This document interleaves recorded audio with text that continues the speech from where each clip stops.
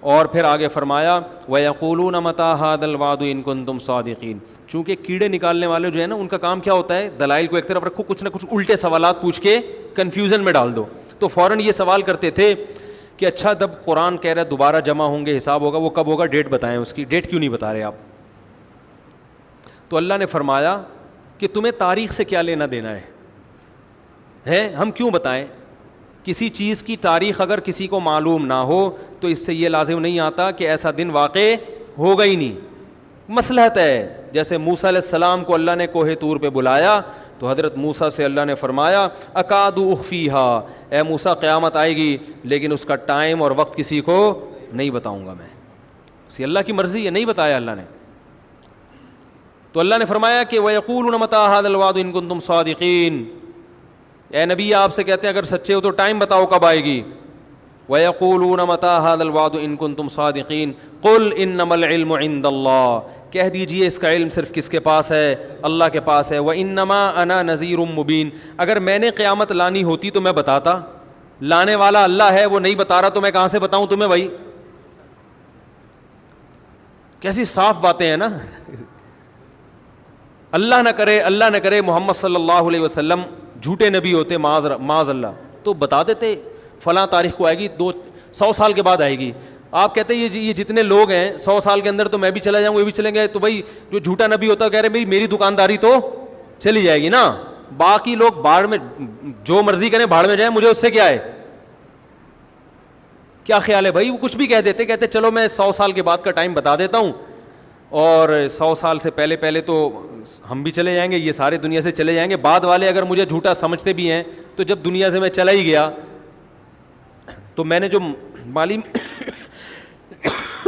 جو مفاد حاصل کرنے تھے, عزت حاصل کرنی تھی, پیسہ حاصل کرنا تھا, خواہشات پوری کرنی تھی, میرے تو مزے ہو ہی جائیں گے نا.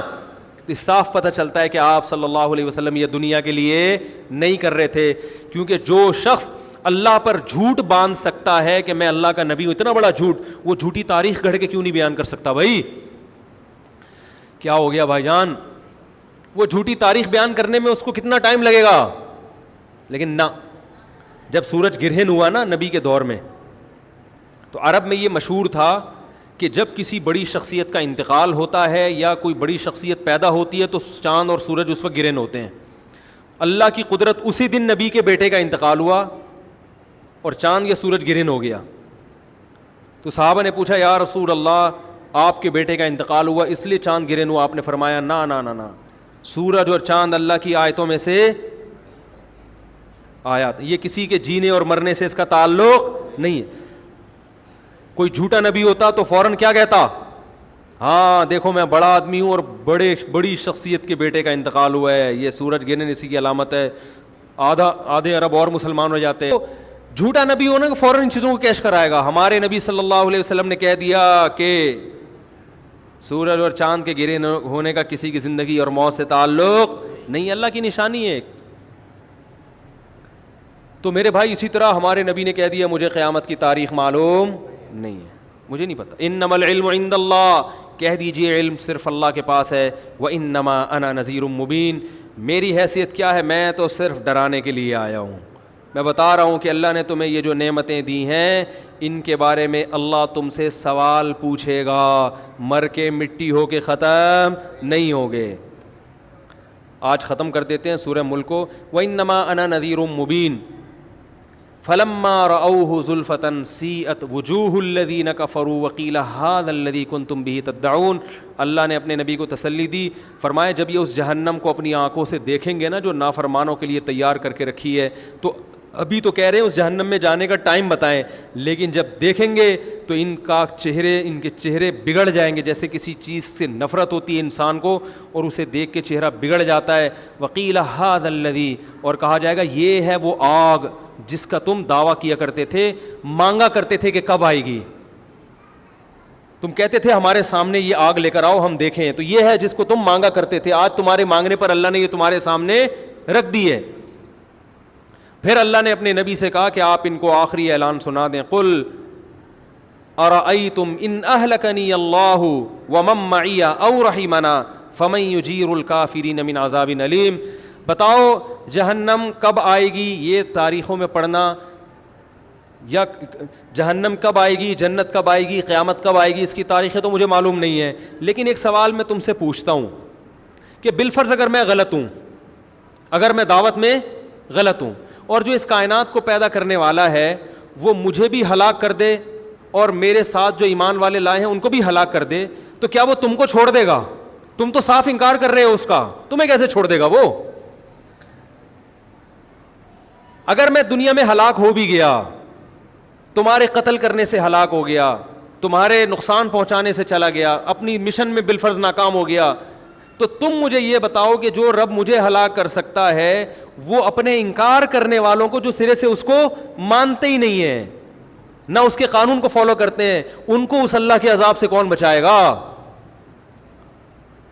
یہ بھی ایک سمجھانے کا انداز ہوتا ہے. اور پھر اللہ نے ایک دلیل، قل هو الرحمن آمنا به وعلیہ توکلنا، اور اے نبی ان سے کہہ دیجئے وہ اللہ صرف اللہ نہیں ہے، اس کی صفت ہے رحمت کرنے والا.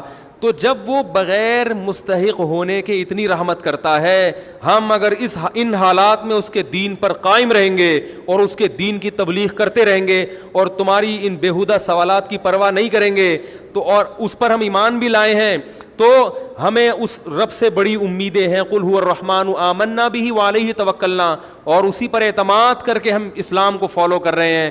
تو ہمیں تو اپنے مشن کے صحیح ہونے پر اطمینان بھی ہے، اور جیسے بھی حالات ہمارے سامنے آ جائیں ہمیں اس پر بھی اطمینان ہے کہ وہ ہمارے حق میں بہتر ہی ہوں گے، چاہے وہ ظاہری لحاظ سے نقصان دہ کیوں نہ ہو. قل هو الرحمن آمنا به وعلیہ توکلنا فستعلمون من هو فی ضلال مبین، تمہیں عنقریب پتہ چل جائے گا کھلی ہوئی گمراہی میں کون پڑا ہوا تھا. اور پھر اللہ نے آخری آیت جو سورہ ملک کی نازل کی، اس میں اللہ نے اپنی ایک اور قدرت کو بیان کیا کہ سورت کو ختم ہوتے ہوتے ایک اور میں اپنی نشانی بیان کر دوں ان لوگوں کے لیے جو اللہ کو نہیں مانتے، یا اللہ کو مانتے ہیں مگر اس کی نہیں مانتے، یا اللہ کے ساتھ شریک کرتے ہیں. سورہ ملک میں بڑی نشانیاں بیان کی نا، آسمان کے ستاروں کا بھی تذکرہ کیا، ہواؤں میں اڑتے ہوئے پرندوں کا بھی تذکرہ کیا، زمین کے مسخر ہونے کا بھی تذکرہ کیا، بہت ساری نشانیاں بیان کی. سورت کا جو اختتام ہے ایک نشانی پر، قل ارأیتم ان اصبح ماؤکم غورا. مجھ پر لوگ اکثر یہ اعتراض کرتے ہیں عقلی باتیں بہت کرتے ہیں، عقلی باتیں. تو بھائی اسلام تو نام ہی عقل کا ہے، قرآن بار بار عقل استعمال کرنے کا حکم دے رہا ہے نا، قرآن میں عقلی دلیلیں زیادہ ہیں. بہت مشکل ہے، ابھی کیا ہو گیا، بہت مشکل نہیں ہے، بہت آسان ہے سمجھانا. یہ میری تکیہ کلام بن گیا ہے نا، کیا کروں میں، مجبور ہوں. بہت آسان ہے سمجھانا، اب پھر مزہ نہیں آئے گا. تو قرآن نے عقلی دلائل بہت دی ہیں. سورج کا اختتام کس پر ہو رہا ہے؟ ایک عقلی دلیل پر کہ عقل استعمال کرو.